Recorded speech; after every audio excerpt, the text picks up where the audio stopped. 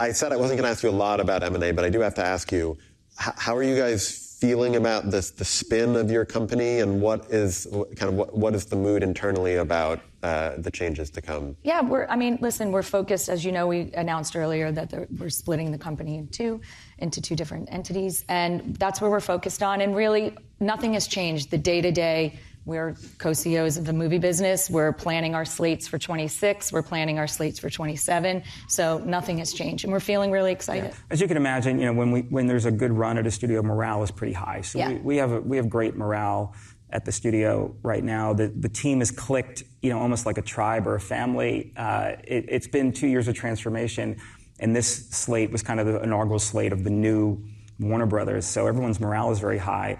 But as far as the moment we're in, we just figure there's always going to be speculation, and we just try to keep our heads down and stick to the job at hand. And what has the response been like internally when you have sort of constant headlines about the guy who was just here buying your company? Our North Star,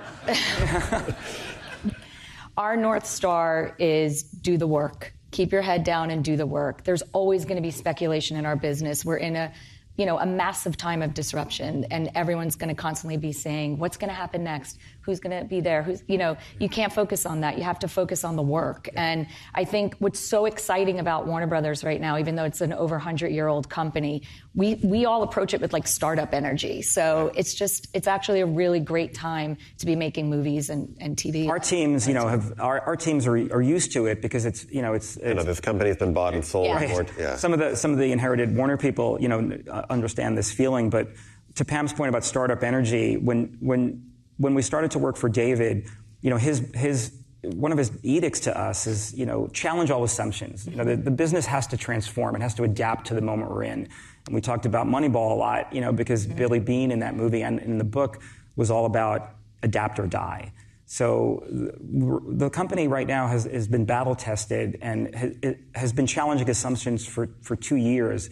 So we're heading to, as far as the day-to-day, we're heading for that split. That's the course that David has charted. And people trust David because this whole slate strategy, this whole diversified slate, the label strategy, getting DC up on its feet, getting New Line pumping, getting animation, which comes online for us next year, pumping. We still think it's the winning strategy, and he was really the author of that for us.